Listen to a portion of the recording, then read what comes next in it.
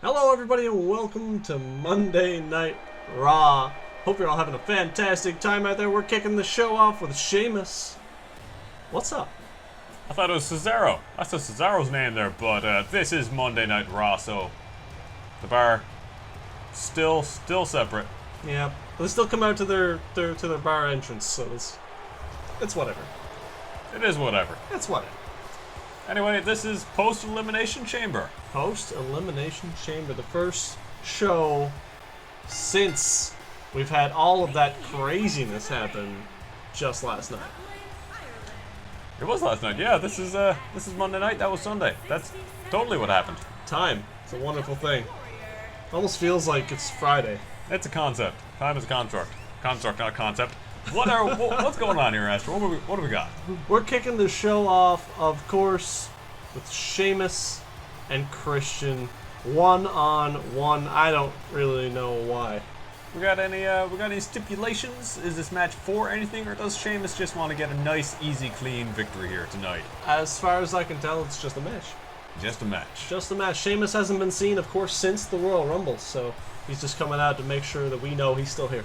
Okay, because I was about to say, there never is just a match here. This is the new WWE where everything matters. Wins, loses, no rematches, all that stuff. Start from the bottom, you work to the top, so everything means something here, Astra. I think he just needed a good reset because of his last match. Of course, he lost at the Royal Rumble for his chance to win the big championship.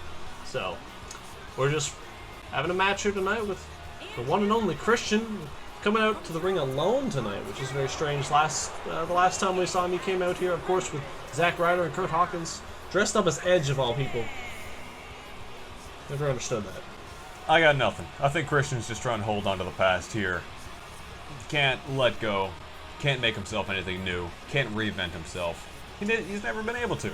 I mean, that being said, he has had more success in Monday Night Raw over the past few weeks than most people that we've seen on the roster so far. Of course, haven't seen a whole lot of people that appeared at the Royal Rumble, and kind of just moving forward. Christian's just trying to reset, just like Sheamus. I think both these men could use a big boost to the morale. Of course, both these men are part of that championship tournament before the Royal Rumble, so Christian, one of two people to strike out completely. Do you want it any other way? I don't know what you're looking at me for here, Astra. I'm just making conversation, and that's about it. I got nothing to say here. I'm just waiting for him to finish his entrance. I'm just gloating in the ring there. He's looking for the peeps, man. You keep on looking. You ain't gonna find any. I mean, I'm sure there's a couple, although the crowd did just boo the crap out of him. Good. Rightfully so. Rightfully so. There they go again. Just let me soak it in. More. Come on. Alright, I guess they're done here. This crowd is falling asleep here tonight. They are, but I think everyone, myself included, is just waiting for Sheamus to kick Christian's head in. Wow, that's not very nice, Astra. How about you be a little bit unbiased here? See, the crowd just booed Christian, and now they're cheering for him. Are we in Toronto? I feel like we're in Toronto.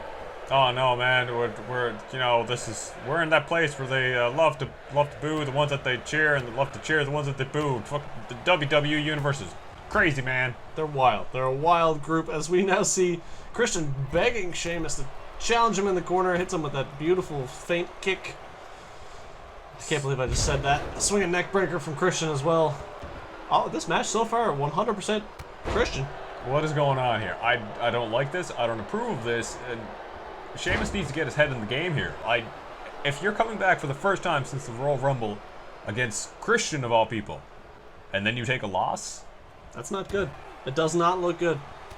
And we see a beautiful forearm from Christian taking Sheamus to the mat. Sheamus, outside the ropes, standing on the apron, and Christian still in full advantage here. Beautiful suplex from the apron. Delayed vertical suplex, laying Sheamus down here, and he continues to gloat at the crowd every single time, goading them on for their cheers. And that's literally what they're doing. They're all cheering him. They're all despicable. It is. They may be booing him, but they're giving him all the attention he's looking for, as we now see an arm drag from Christian. Sheamus now picking himself up over in the corner. Big drop kick, swatted out of the way by Sheamus, but barely. That it did. Finally, Sheamus getting some offense here. What do we got? That's Edge's music. Surely Edge is not making his return to wrestling. He can't wrestle anymore. He literally... No, don't endanger yourself over... No. Oh, no. A huge spear from Edge. What could this possibly mean? And Christian right now crawling over. Trying to get in the pinfall. Sheamus, come on. You have to kick out of this, man. No sign of life from Sheamus at all as Christian picks up a very important victory here on Monday Night Raw here, Astro. Most certainly. Thanks to that man right there on the replay. Of course, we see Edge setting up for that spear. Set his music off to distract Sheamus at just the moment when Sheamus turned this match around. When he started mounting some offense on Christian. Yeah, you got a point there, Astro. This match as a whole was all Christian offense-wise, and it wasn't until Sheamus actually started mounting some, mounting some offense, as I believe you literally just said a moment ago, that Edge showed up and gave Christian the victory, literally handed him the victory. And now Christian, of course, gloating because he deserved that victory. Surely we will have to do some investigation and find out what exactly Edge was doing here. And why he decided to interfere in this match. I got no idea, Astro, but I just want this bad dream to end, and I want to wake up and see something else.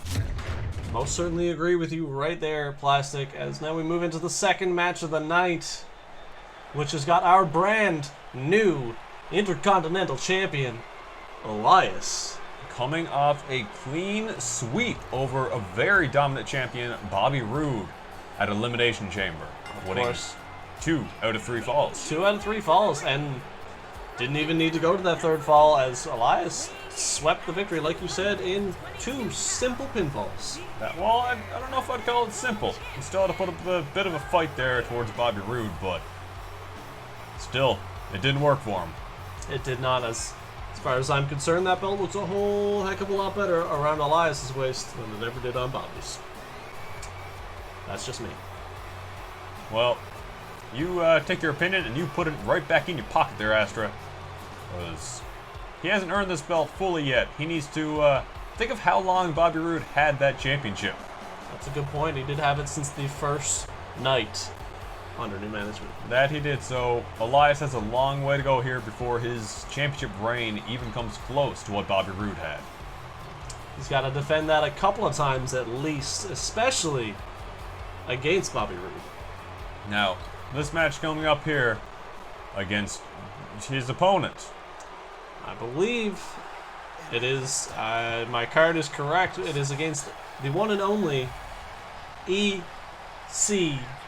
I thank the heavens every single day that there is only one of these, because if there were 2, that'd be the top 2%.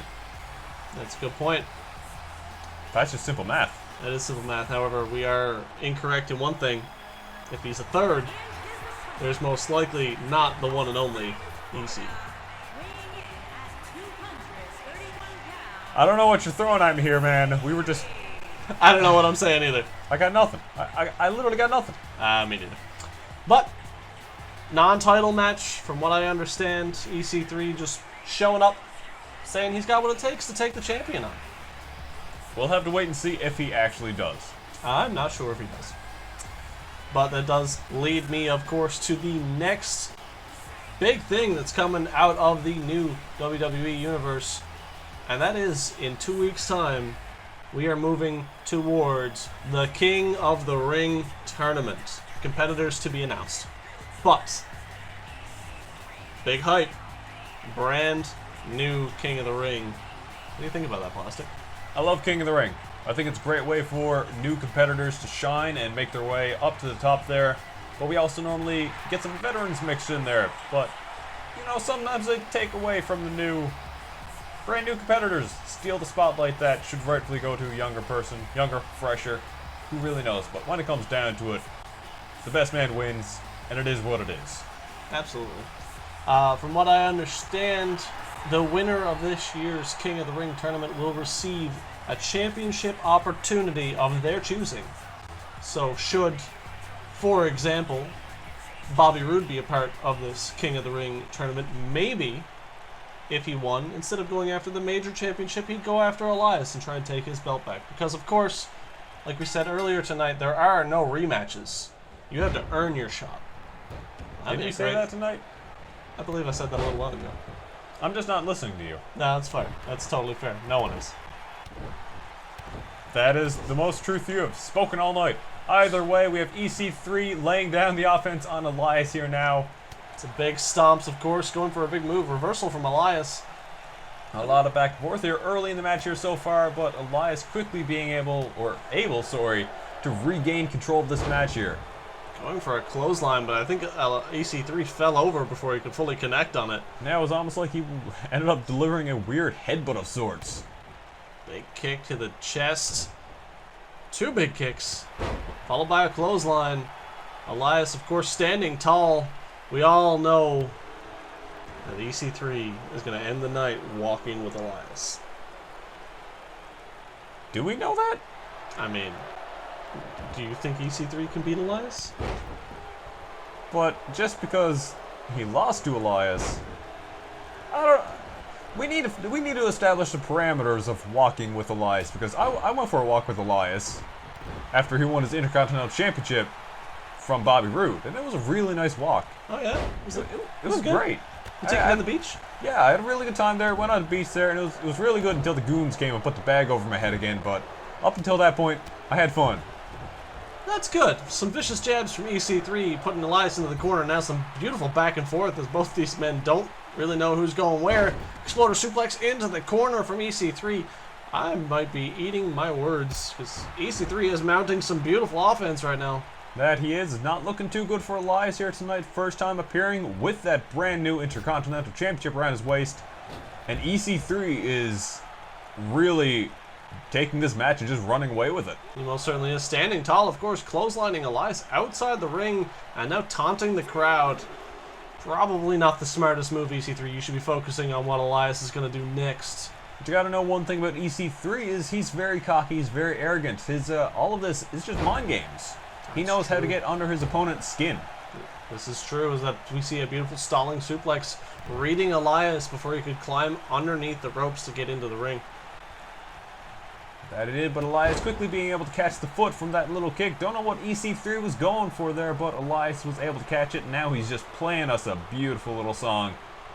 I like that air guitar. That was some good riff. So we see a sit-out throat buster from EC3. I don't know what that move was, but it looked like it would hurt EC3 just as much as it would hurt Elias there.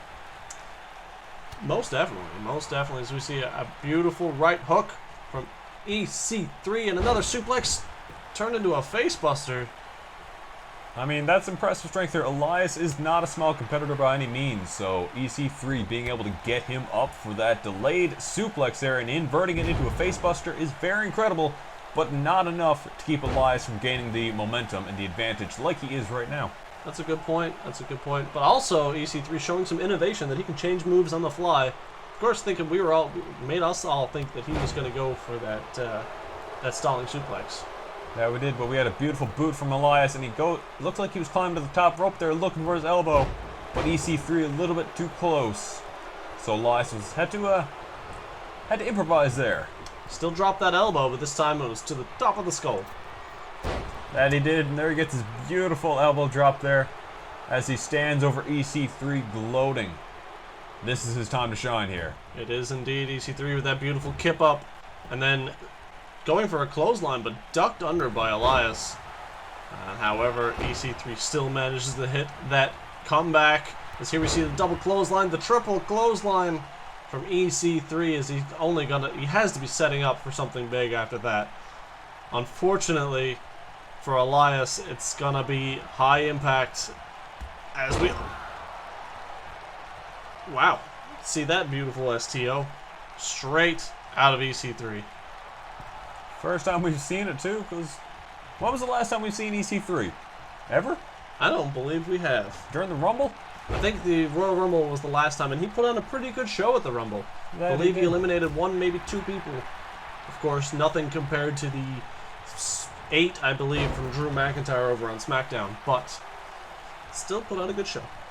And there you go, and he's finally making his appearance here and trying to get something on the go here, trying to get a win, pick up a victory over the current Intercontinental Champion.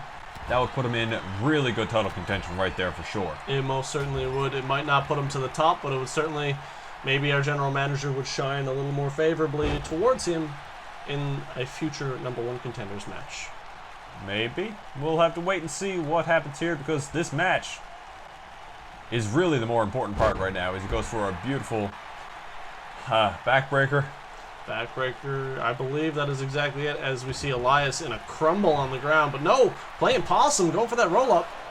Kick out at 1. Not quite able to pull out the victory there on EC3 as he goes for that vicious clothesline here once more. Elias got to be trying to set something up here. He's got to be, as it looks like he's trying to call EC3 to his feet, but EC3 made his way to the corner instead. And now we see it. It looks like he's setting up for that drift away. It is indeed. And he hits it. EC3 is close to the ropes here. The ref got to keep an eye out on that for sure. But no sign of life from EC3 as Elias picks up that clean victory. 2 clean victories in a row. 3 technically if you count the fact that there were 2 falls in that match against Bobby Roode. But of course, standing tall, Elias, your new and...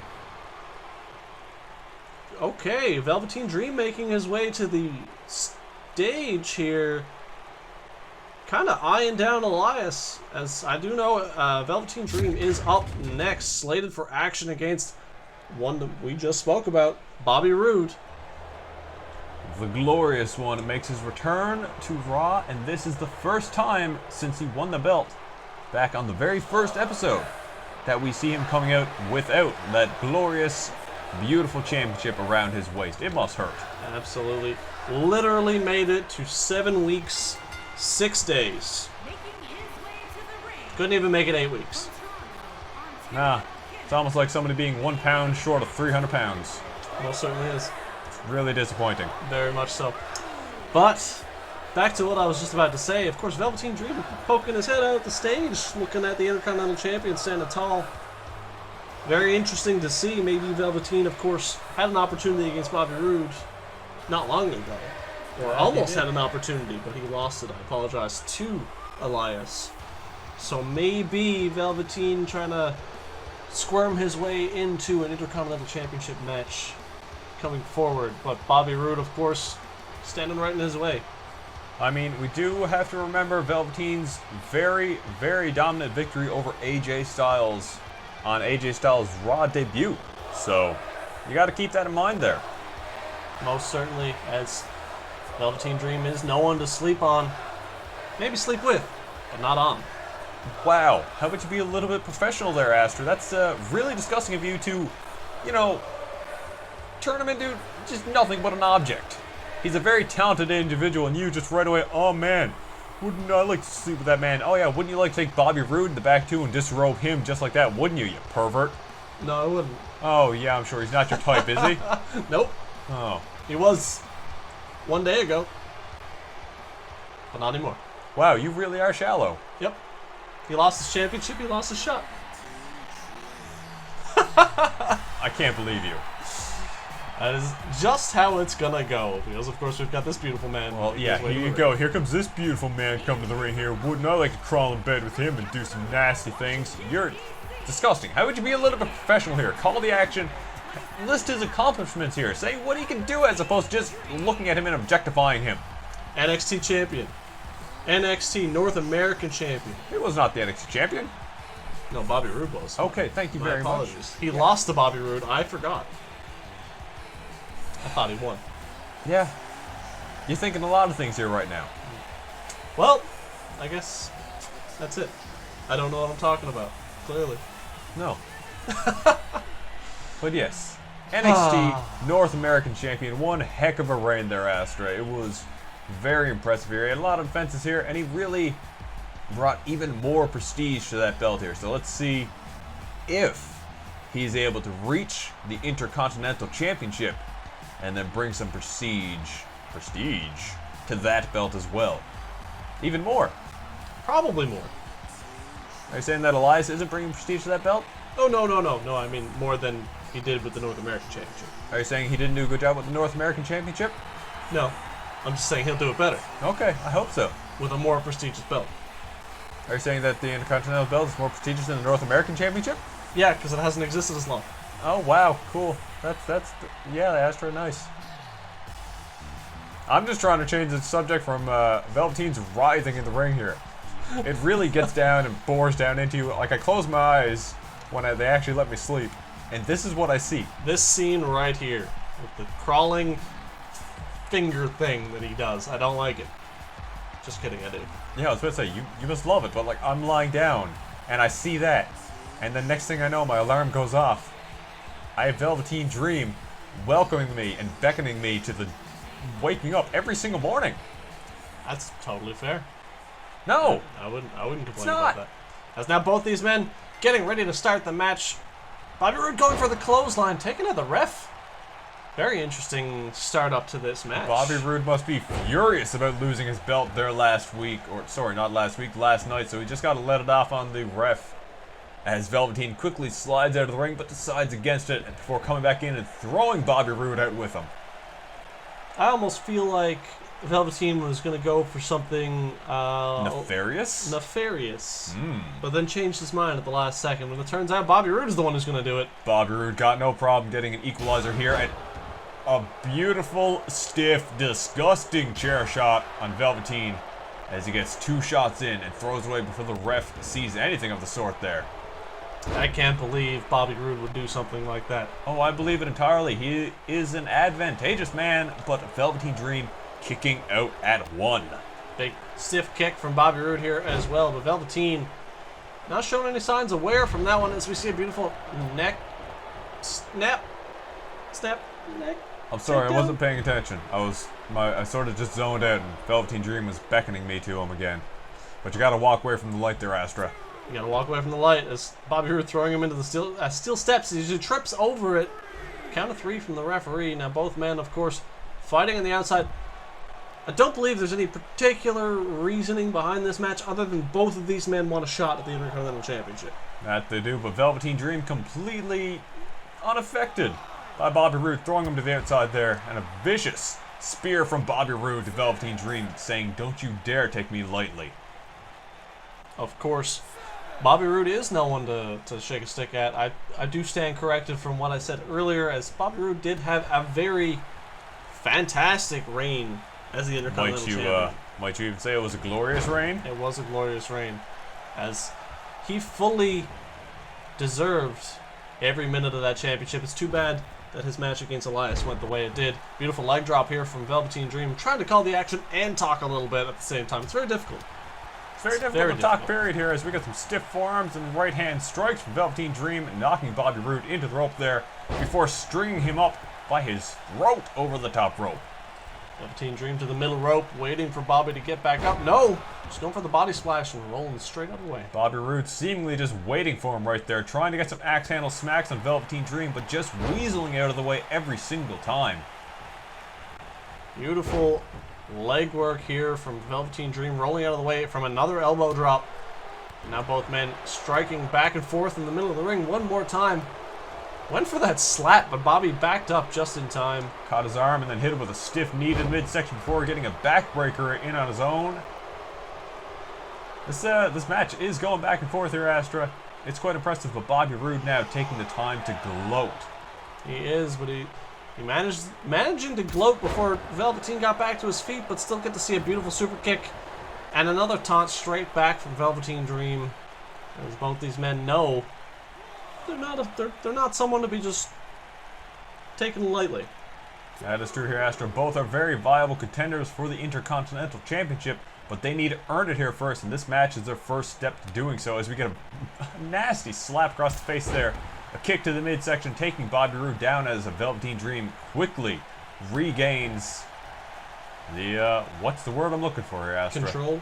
There you go. That's one thing that I do not have over my life. What is happening with Velveteen right now? It looks like he's setting up. That's Bobby Roode's spinebuster, I believe. That it was. Velveteen Dream is the one who's getting a little bit too cocky here right now as he's standing, waiting for Bobby Roode to get to his feet. Go for a kick to the midsection, reversed by Bobby Roode. Putting now in a single leg Boston Crab, trying to wear Velveteen Dream down, taking more damage to the midsection, of course. If he can hit that spine buster himself, maybe taking Velveteen Dream out of contention in this match. Maybe, but Bobby Roode quickly being able to slide to the outside of the ring here. Velveteen Dream left, waiting on the inside with a beautiful dropkick, but wonderfully scared by Bobby Roode. And he tries to get the momentum again there, but Velveteen Dream catches a foot just as Bobby Roode did earlier. A lot of back and forth here. Stiff kicks to the face from Velveteen Dream as well. Just kind of watching Bobby Roode's lifeless body in the middle of the ring. What is Velveteen Dream thinking here? As he's just stomping on his face. I'm not too sure here. Maybe Velveteen Dream is starting to lose his cool a little bit here. As he's trying to go for something. Bobby Roode quickly regaining it again. Trying to get something, but quick kick to the midsection. Picking him up for that beautiful fireman's carry. Tangled up in the ropes. Dream driver. Dream driver. Not bad. It is a fireman's carry, though. It is, but it's his dream driver. It's one of Velveteen Dream's moves. I didn't know that was the name of it. I just knew it was a fireman's carry. Driver. Yes. I know that one, though. The Purple Rainmaker usually being a deal breaker, and it was once again as Velveteen Dream takes the victory over Bobby Roode. A deal breaker or a deal maker as Velveteen Dream moves one step closer to that Intercontinental Championship, potentially. We're not too sure what this match is going to lead to here. We'll have to wait and see, honestly. Hopefully, it leads to a big, nice, beautiful, wrapped up with a little tiny bow feud with Elias for that Intercontinental Championship. I don't think there's going to be anything beautiful about that feud there, Astro. It's going to be nasty. It's going to be gritty. I expect it to bring out the absolute best and yet the worst out of both of these competitors. That is a very good point, Plastic, as we are now coming close. Well, sorry, we are at the close for Monday Night Raw as the Velveteen Dream stands tall one last time tonight. Please, no. Not again, Dream. Thank you guys for watching. We will see you guys tomorrow night on SmackDown Live.